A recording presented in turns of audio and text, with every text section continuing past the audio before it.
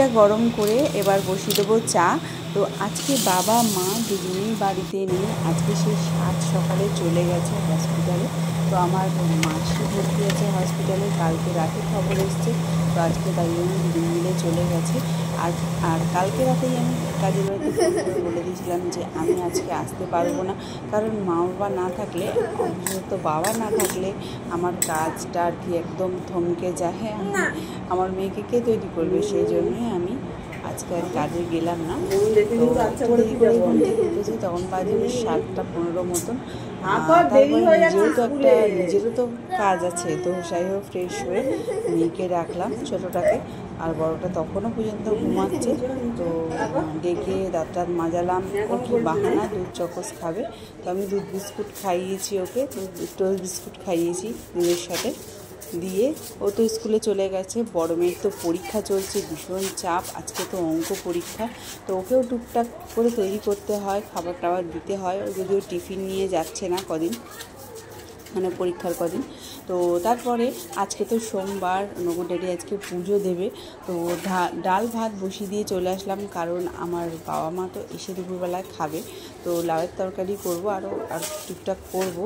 তো ডাল ভাতটা বসিয়ে দিয়ে চলে আসলাম ঘরটার ঝাড় দিতে। আজকে না সিঁড়ি টিড়ি বেশ ভালো করে ঝেড়েছি, কিন্তু অতটা দেখানো তোমাদের সময় পাইনি।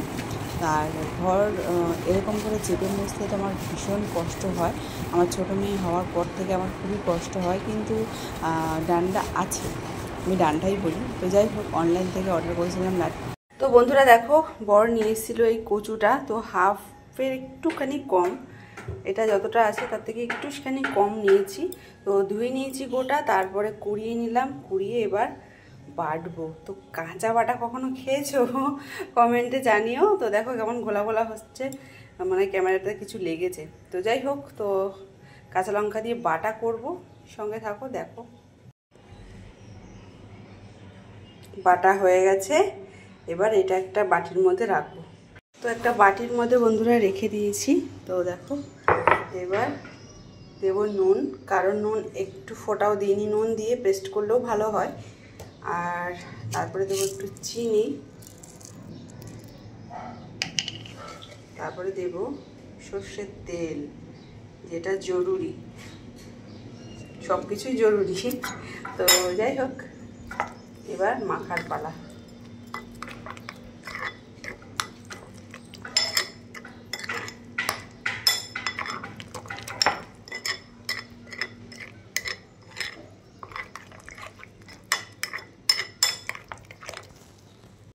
এই দেখো, এই ডালটা এমনি করেছি, আর লাউয়ের তরকারি, আচ্ছা খাবা, আর এই যে কাঁচা বাটা কচুটা, কচু, ডালটা বার কর তো ড্যাডি, টক ডাল আর এই ভাত। সোনা মামুন খেতে বসে গেছে। নকু, ডিপ ফ্রিজে জল আছে, নিয়ে ঠান্ডা জল চ বাড়ি। কচু বাটাটা আমার বরের ভীষণ ভালো লেগেছে, সবার থেকে তো ও বেশি খেয়েছে। আর মায়ের ভীষণ ঝাল লেগেছে, আমার ঝাল লেগেছে বই কি, আমারও খুব ঝাল লাগছিল। তো বর বলছিল কাঁচা কচু বাটা তো একটু ঝাল না দিলে হয় না, তো তার মধ্যে মিষ্টিও ছিল। তো যাই হোক, খাওয়া দাওয়ার পরে বাসন টাসন মেজে স্নানটা সারলাম, কারণ আমি খাওয়ার মানে স্নানের আগেই আজকে খেয়ে নিয়েছি। তো তারপরে একটু শোয়ার পালা, তো একটু শুয়ে পড়লাম। ঘুম থেকে নয়, 5টার সময় উঠে আবার বড় মেয়েকে ডাকলাম, ছোটো মেয়েকে ডাকলাম, ওরা গেল পড়তে। তারপরে বসে পড়লাম মালে। তো তার আগে চা বানিয়েছিলাম, চাটা খেয়ে নগর ড্যাডি বেরিয়েছিল কোথায়, তো আমি মাল করছিলাম অনেক।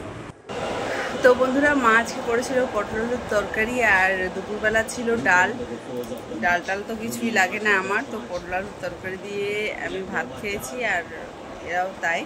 তো যাই হোক, বারান্দার লাইট বন্ধ হচ্ছে বারবার করে। তো যাই হোক বন্ধুরা, এখন ছোটো মেয়ে জেগে রয়েছে, কারণ দুপুরবেলা না বিকালবেলা ঘুমিয়েছিল, বড় মেয়েও শুয়েছিল। তো এখন মা বড় মেয়ে ঘুমিয়ে পড়েছে, বাবা গেছে বাথরুমে, আর আমরা এখন ঘুমাবো। দেখো বিছানাটা করলাম, এখন তো মশারি আর টাঙাতে হয় না। আর বর দেখছে খেলা। তো তোমাদেরকে টাটা বলছি, শুভরাত্রি, তোমরা সবাই ভালো থাকো।